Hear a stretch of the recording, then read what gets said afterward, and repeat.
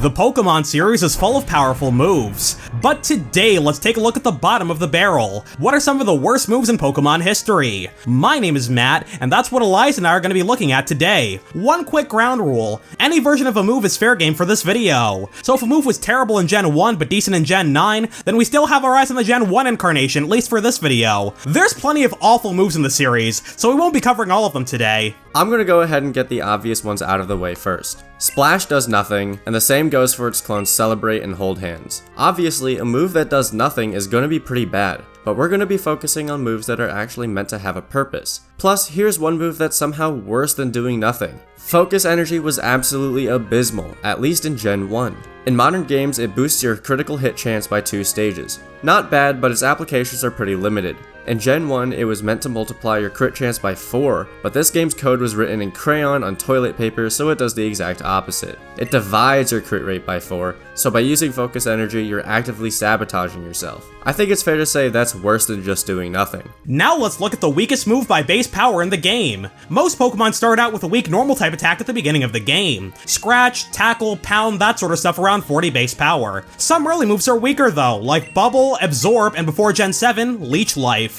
These moves are 20 power, but they make up for that by not being normal type, therefore having the chance to be super effective. In the case of Absorb and Bubble, they're the first stab moves for certain grass and water type starters. That means they get a 50% boost, making them effectively 30 power. Oh yeah, I'm about to call you out in this next paragraph, sorry.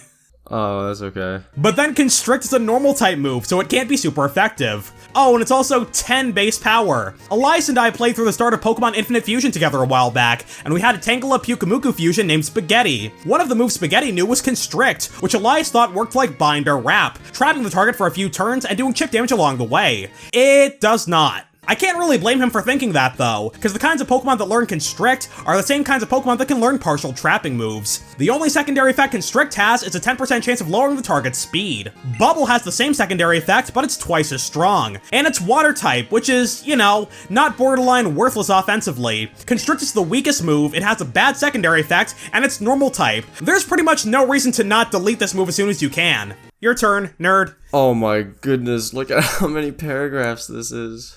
I think this is out of my brain capacity. Did I write 4 paragraphs about f***er? Usually, if you're using a stat boosting move, you're raising your own stats, but there are a few exceptions. If you use Swagger, you raise your target's attack by 2 stages, but they also become confused. But that's not the move we're singling out as one of the worst. Flatter is the same move, but it raises the target's special attack by 2 stages, also confusing them in the process. Not bad for 4 paragraphs.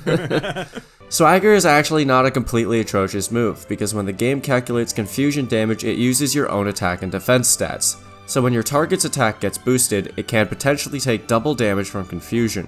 It's risky, but not unusable. Flatter raising their special attack doesn't have the same effect. Boosting your opponent's attack stat can benefit you, but boosting their special attack never does. Flatter isn't the worst move in this video by any means, because confusion can be an infuriating status condition, but it gives your opponent stat boosts essentially for free. Sometimes the boost will be a moot point because if your target is only using physical moves, the special attack boosts are useless for them. Flatter doesn't make their own moves any stronger, but if they're using special moves, good luck, you're gonna need it. At the very least, Swagger's stat boosts can always be a detriment in some way. Plus, Swagger is a universal TM in most generations, so every Pokemon that can learn Flatter can also learn a strictly better move. And even if they couldn't, you could just use a different Pokemon with Confuse Ray, which confuses the target without any of this stat boosting mumbo jumbo. There's just no reason to ever use Flatter. Some moves in Pokemon are stronger than others, which is all well and good. To keep them balanced, the stronger moves have some kind of drawback, so it's up to the player to decide if they want a more consistent move or a high-risk, high-reward move. Submission falls into neither of these categories. It's an 80 power fighting type move, which is weaker than a lot of moves with no drawback whatsoever. But for whatever reason, Submission is also 80% accurate.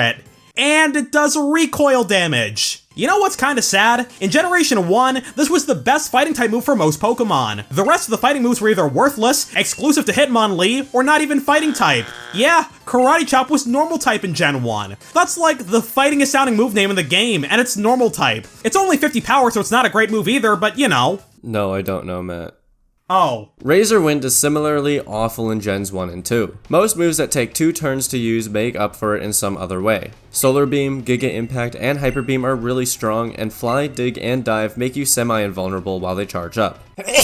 Razor Wind does neither of those things. It's 80 power, it doesn't have a semi-invulnerable turn, and guess what? After your attack takes 4,000 years to execute, the move can miss. Razor Wind is only 75% accurate in Gens 1 and 2. It has an increased crit rate in Gen 2, but who cares? Stone Edge does too, and using Stone Edge sucks. The move is still bad nowadays, even though it's 100% accurate. If you're going to spend a turn charging up to use a move, it better be a really good one when you finally attack. And Razor Wind just isn't. You're a sitting duck on the charging turn, and the attacking turn is underwhelming to say the least. Return and Body Slam are stronger, 100% accurate, and they only take 1 turn. Plus, Body Slam has a chance to paralyze. Return is also a universal TM through Gen 7, and even now, pretty much every Pokemon can learn better moves, so Razor Wind is just completely pointless. Oh, by the way, why in God's name is Razor Wind a normal type move? Anything that has to do with the air or wind is usually flying type, unless they have some other elemental properties. Gust, Aeroblast, Hurricane, Tailwind, all flying type moves. There's also Twister, which is dragon type for some reason,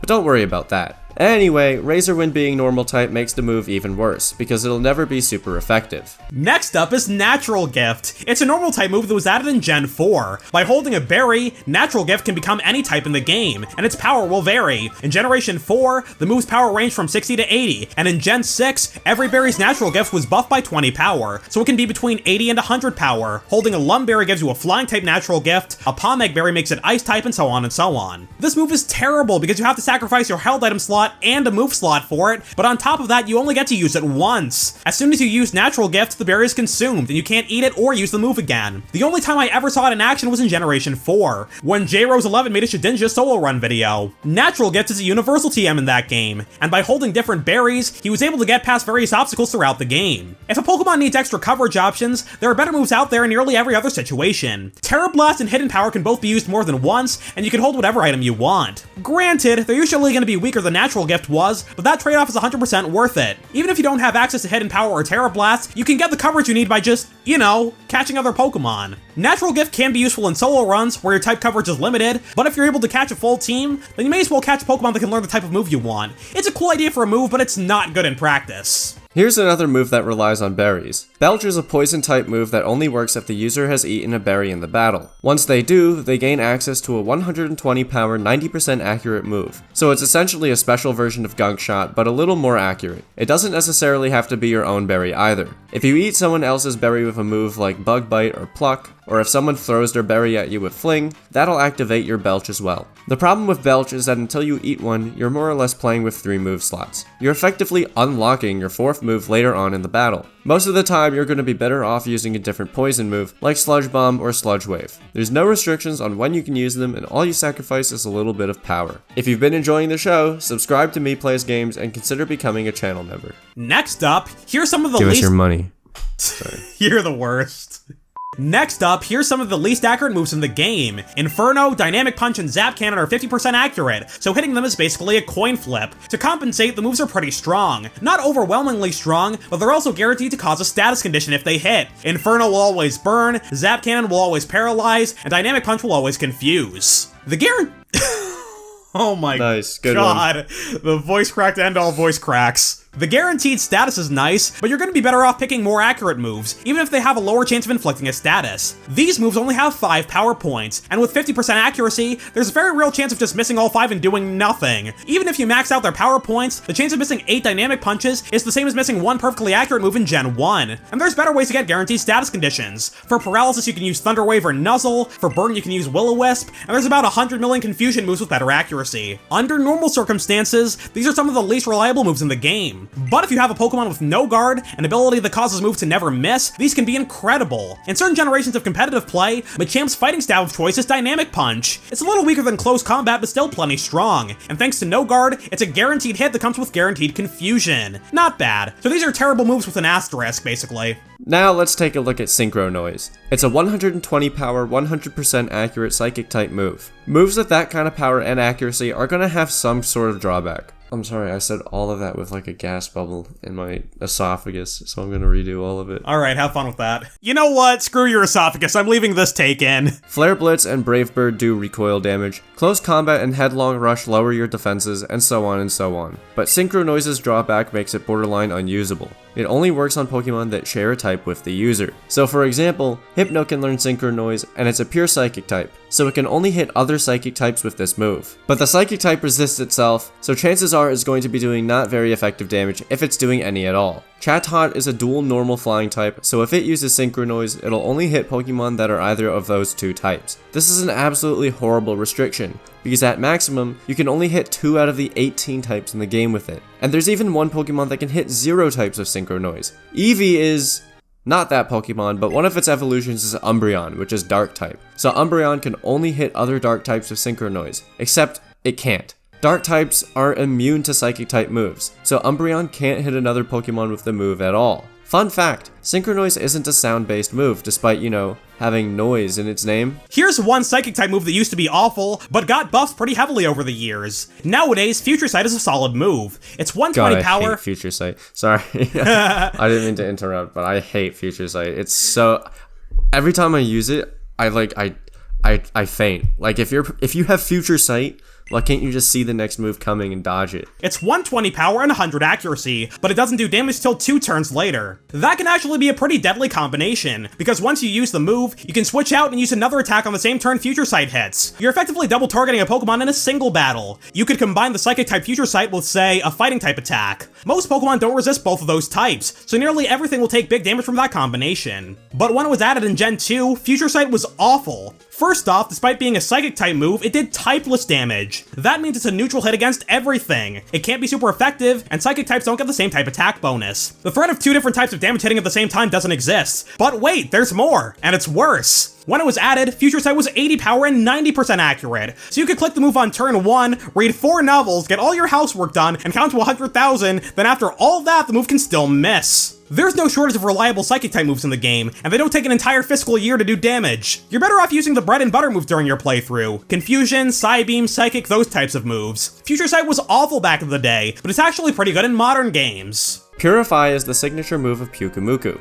Hahaha, spaghetti. Yes, spaghetti. It heals up to half of its max health, which doesn't sound so bad. The problem is that if Pyukumuku wants to heal, someone else on the field has to have a non-volatile status condition. When you use Purify, you cure the target status, then heal yourself. If the target doesn't have a status, the move fails. So there are a couple of possibilities with this move. If you're playing a single battle, you're going to be curing your opponent of its status condition, which is almost never a good idea. In a double battle, you could heal by curing your teammate, but you would likely have to rely on your opponent giving them a status, which is unreliable to say the least. You can finagle something clever where your partner holds a flame orb burning itself over and over and over so Pyukumuku can heal, but there's just one more thing.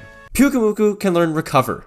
Recover is just a straight up better move than Purify because it heals the same amount with no strings attached. So using Pyukumuku's signature move is just putting yourself at a disadvantage for no reason. And that's all we got for today. This isn't a comprehensive list by any means, but I hope you enjoyed it. Subscribe to the channel if you enjoyed yourself, and leave a comment with any other bad moves you think we should talk about. We'll see you all next time. Good night, fellas. Sleep well.